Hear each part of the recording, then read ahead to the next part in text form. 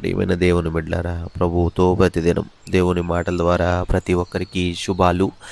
ఈరోజు పరిశుద్ధ లేఖన భాగం నుంచి కీర్తనలు 133వ అధ్యాయం 1వ వచనం. సహోదరులు ఐక్యత కలిగి నివసించుట ఎంత మేలు, ఎంత మనోహరము. అది తల మీద పోయబడి అహరోను గడ్డము మీదుగా కారి అతని అంగిల అంచు వరకు దిగజారిన పరిమళ తైలము వలె నుండును. సియోను కొండల మీదకి దిగి వచ్చి హెర్మోను మంచు వలె నుండును. ఆశీర్వాదమును శాశ్వత జీవమును అచ్చట నుండవలనని యెహోవా సెలవిచ్చి ఉన్నారు. ప్రియమైన దేవుని బిడ్డలారా, ఈరోజు దేవుని వాగ్దానం ఏంటి అంటే ఐక్యత.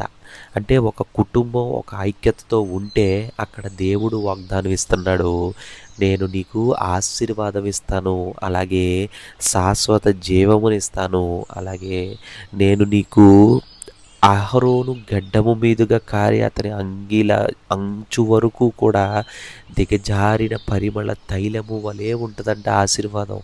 అంటే అంత మధురంగా, అంత శాంతిగా, అంత జీవముగా, మనకి అంత మనోహరంగా, ఎంత మేలుగా మనకి ఆ ఆశీర్వాదం అనేది ఇస్తానని దేవుని వాగ్దానం ఇస్తున్నాడు. ఈరోజు మన హృదయాల్ని చెక్ చేసుకోవాలి, మన కుటుంబాన్ని చెక్ చేసుకోవాలి, మన స్నేహితుల్ని చెక్ చేసుకోవాలి.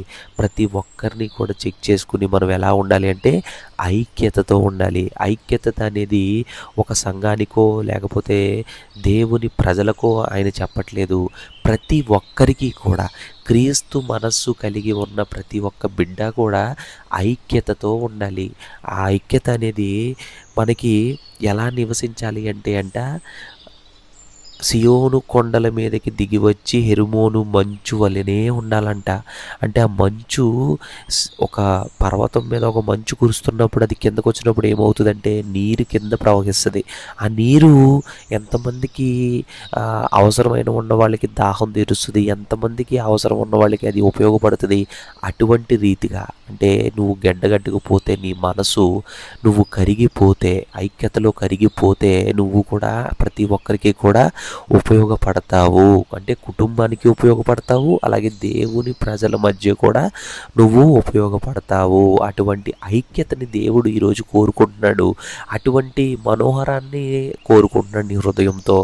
దేవుని వాగ్దానం ఏం చెప్తుంది అంటే అచ్చట నుండవలనని యెహోవా సెలవిచ్చి ఉన్నాడు. ఎందుకంటే దేవుని వాగ్దానం ఏం చెప్పారు అంటే నువ్వు అక్కడ ఉంటే నిన్ను నేను అంత అభిషేకించే విధంగా, అంత తల మీద నుంచి గడ్డము వరకు కూడా అంత మంచు వలె కూడా నిన్ను నేను ఆశీర్వదిస్తాను అని దేవుని వాగ్దానం ఇస్తున్నాడు. అలాగే ఆ కుటుంబాన్ని కూడా ఆశీర్వదిస్తానని దేవుని వాగ్దానం చెప్తుంది.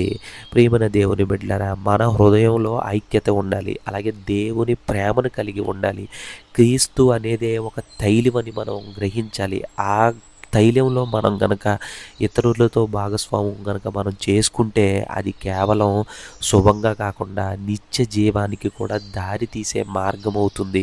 అది ఎలాగుంటుందంటే హెర్మోను కొండలు మంచుతో ఎలాగైతే ఉంటాయో ఆ మంచు నీరు సియోను వరకు చేరి దేశానంతటికీ కూడా తృప్తినిస్తుంది. అటువంటి నీరు ఎంత తృప్తినిస్తుందో అటువంటి మన జీవితాలు కూడా అటువంటి ఐక్యతను కలిసి ఉండి ప్రతి ఒక్కరు ప్రేమ అనురాగాలతో కలిసి ఉంటే మనలకు కూడా అటువంటి చల్లదనాన్ని దేవుడు మనకి కూడా ఇస్తాడు. ఎందుకంటే మనసులకు దేవుడు ఎప్పుడు కూడా శాంతిని ఇస్తాడు, అలాగే దేవుని ఆశీర్వాదాన్ని ఇస్తాడు, అలాగే చివరికి నిత్య జీవాన్ని కూడా ఇస్తాడు. దేవుడు ఐక్యత ఉన్న చోటే తన ఆశీర్వాదాన్ని నిలిపి ఉంచుతాడు. అంటే ఆశీర్వాదం దేవునిది అంత గొప్పగా ఉంటుంది అన్నమాట. మనందరం కూడా ఎప్పుడు కూడా క్రీస్తు జీవితంలో కలిసిగా ఉండాలి, కలిసి ఒక మాటగా ఉండాలి, కలిసి జీవించడానికి మనం ప్రయత్నించాలి, కలిసి బ్రతకడానికి, సాయం చేసుకోవడానికి, మనం ఎప్పుడు కూడా నిత్య జీవంగా ఉండడానికి కూడా మనకి దేవుడు సాయం చేసి ఈరోజు ఈ వాగ్దానాన్ని మనకి ఇచ్చాడు. ప్రియమైన దేవుని బిడ్డలారా, దేవుని ఎప్పుడు కూడా దేవుని మాటని హృదయంలో ఉంచుకుని మనం ప్రతి ఒక్కరికి సహాయపడుతూ ఐక్యతతో జీవిస్తే నీకు అది దీవెన నీ కుటుంబానికి కూడా అది ఒక దీవెనకరంగా ఉంటుంది. అది కూడా సంఘానికి కూడా ఒక దీవెనకరంగా మారుతుంది.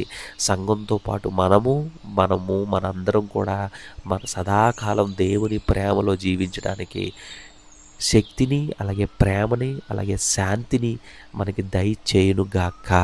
ఆమేన్. చిన్న ప్రార్థన చేసుకుందాం.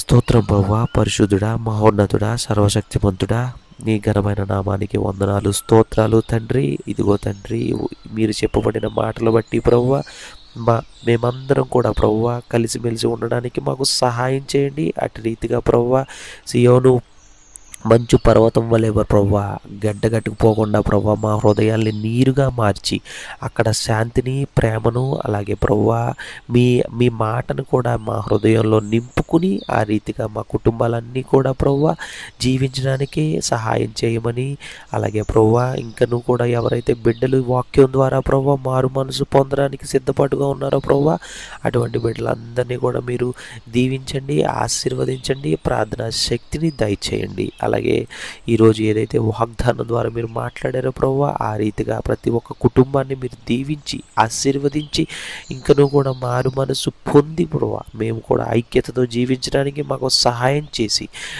ఆశీర్వాదాన్ని, అలాగే శాశ్వత జీవమును మాకు నిరంతరం మీ కాపుదల దయచేయమని, సదాకాలం మాకు మా కుటుంబానికి మీరు శాంతిని, దీర్ఘకాల ప్రేమను దయచేయమని ఈ కొద్ది ప్రార్థన ద్వారా మీరు మహిమ పొందుకున్నారని యేసు నామంలో అడిగి వేడుకుంటున్నాం తండ్రి.